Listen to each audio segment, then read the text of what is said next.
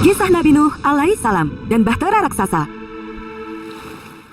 Setelah Nabi Adam wafat, yang bertugas menjadi khalifah di bumi ini adalah anak cucunya.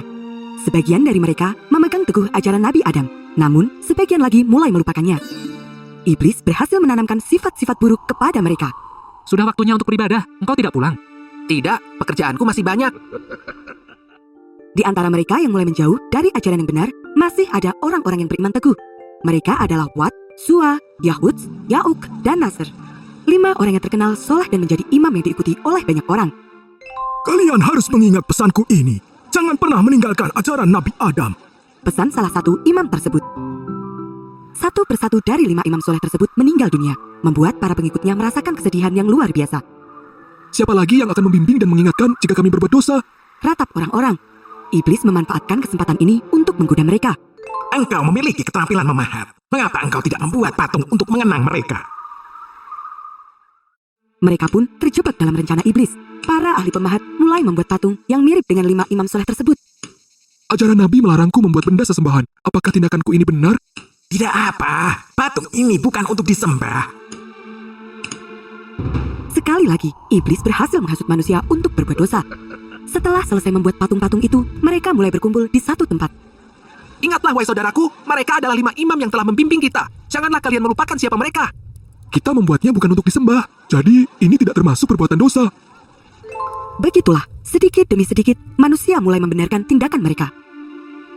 Waktu terus berlalu, patung 5 imam soleh ini mulai tersebar ke berbagai daerah. Dari ayah, diturunkan ke anak-anak mereka, dan kemudian diturunkan kepada cucu mereka. Semakin lama, cerita tentang 5 orang soleh ini mulai berubah, hingga akhirnya mereka mulai menganggap 5 patung tersebut sebagai Tuhan. Di tengah-tengah kaum yang menyembah berhala tersebut, Allah mengutus seorang nabi dan rasul. Beliau adalah Nabi Nuh alaihissalam. Nabi Nuh adalah orang yang cerdas dan kuat imannya. Dalam setiap tindakan, Nabi Nuh selalu bersyukur ketika ia bangun atau hendak tidur, ketika makan dan minum, atau mengenakan pakaian dan segala kegiatan lainnya. Tugas Nabi Nuh adalah mengajak kembali umatnya untuk beriman kepada Allah.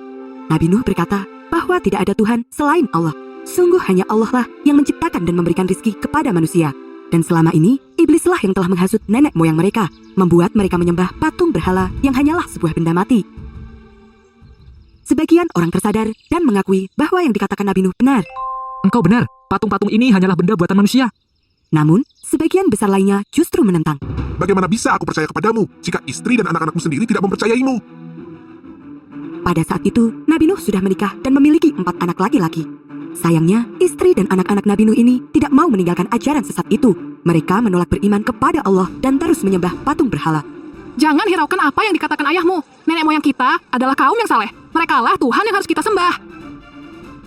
Meskipun ditentang banyak orang, Nabi Nuh tetap berdakwah dan terus berusaha untuk mengajak kaumnya kembali beriman kepada Allah. Ketika dakwahnya tidak didengarkan, Nabi Nuh memberikan peringatan kepada mereka. Wahai kaumku, sembahlah Allah. Tidak ada Tuhan bagimu selain Dia. Sesungguhnya, aku takut kamu akan ditimpa azab yang besar. Sayangnya, peringatan ini tidak membuat mereka takut dan malah membuat mereka semakin menentang. Engkau hanya manusia biasa seperti kami. Jika engkau memang benar, buktikan azab itu kepada kami. Nabi Nuh menjawab, Hanyalah Allah yang akan mendatangkan azab itu kepadamu. lalu datanglah hari di mana Allah menurunkan wahyu bahwa orang-orang yang beriman tidak akan bertambah lagi dan semua orang yang berbuat dosa akan ditenggelamkan. Allah kemudian memerintahkan agar Nabi Nuh membuat sebuah bahtera atau kapal yang sangat besar. Nabi Nuh mulai menanam pohon. Kelak, pohon itu akan ditebang dan dibuat menjadi kapal. Setelah pohon itu cukup besar, Nabi Nuh mengajak kaumnya untuk bekerja bersama-sama. Pekerjaan mereka ini menarik perhatian banyak orang. Beberapa pemimpin suku pun datang dan bertanya, Apa yang sebenarnya kalian lakukan? Dan apa manfaatnya? Kami membuat sebuah kapal yang sangat besar. Kapal ini akan menyelamatkan kami dari banjir besar. Tidak mungkin di tanah yang panas ini akan muncul banjir. Apa yang kalian kerjakan akan sia-sia.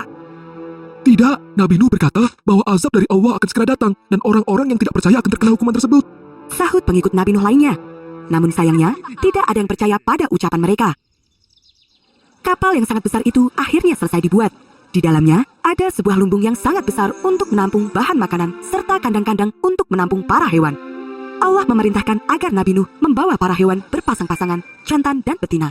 Beberapa hari kemudian, Nabi Nuh dan para pengikutnya terlihat sibuk mempersiapkan semuanya. Akhirnya, hari yang dijanjikan tiba. Nabi Nuh memberikan peringatan untuk terakhir kalinya. Orang yang tidak mau beriman kepada Allah akan tenggelam dalam banjir besar. Hingga saat-saat terakhir pun tidak ada yang mempercayainya, termasuk istri dan anak-anak Nabi Nuh. Maka Nabi Nuh mengajak para pengikutnya untuk naik ke atas kapal dan menutup pintu kapal rapat-rapat. Orang-orang yang sejak tadi berkerumun di sekitar kapal mulai bubar untuk pulang ke rumah masing-masing. Tidak akan terjadi apapun. Marilah kita pulang ke rumah masing-masing. Namun, dugaan mereka salah.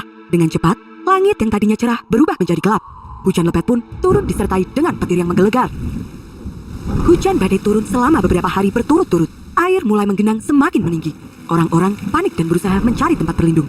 Mereka berlari ke bukit-bukit dan gunung-gunung. Namun, kemanapun mereka pergi, air terus menggenang. Mereka mulai menyesal karena tidak mempercayai ucapan Nabi Nuh.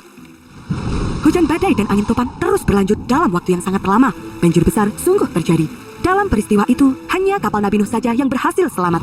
Kapal Nabi Nuh terus terombang-ambing di tengah ombak besar, hingga Allah menurunkan perintah kepada langit untuk menghentikan hujan dan memberikan perintah kepada bumi untuk menelan semua air. Kapal Nabi Nuh terdampar di pegunungan yang sangat tinggi. Setelah keadaan aman, Nabi Nuh turun dari kapal dan mengucapkan syukur kepada Allah Subhanahu wa Ta'ala atas segala perlindungannya. Sebagai bentuk rasa syukur, Nabi Nuh dan para pengikutnya melakukan puasa. Peristiwa itu terjadi pada hari ke-10 Muharram atau dikenal dengan nama Hari Asyura. Nabi Nuh berdakwah di bumi ini selama 950 tahun. Perjuangannya sungguh panjang dan berat. Hingga akhir sebelum peristiwa banjir besar itu terjadi, pengikut Nabi Nuh hanya berjumlah 80 orang. Nabi Nuh melepaskan semua burung-burung dan binatang-binatang lainnya. Para hewan itu pun menyebar ke seluruh penjuru. Begitu pula dengan kaum Nabi Nuh.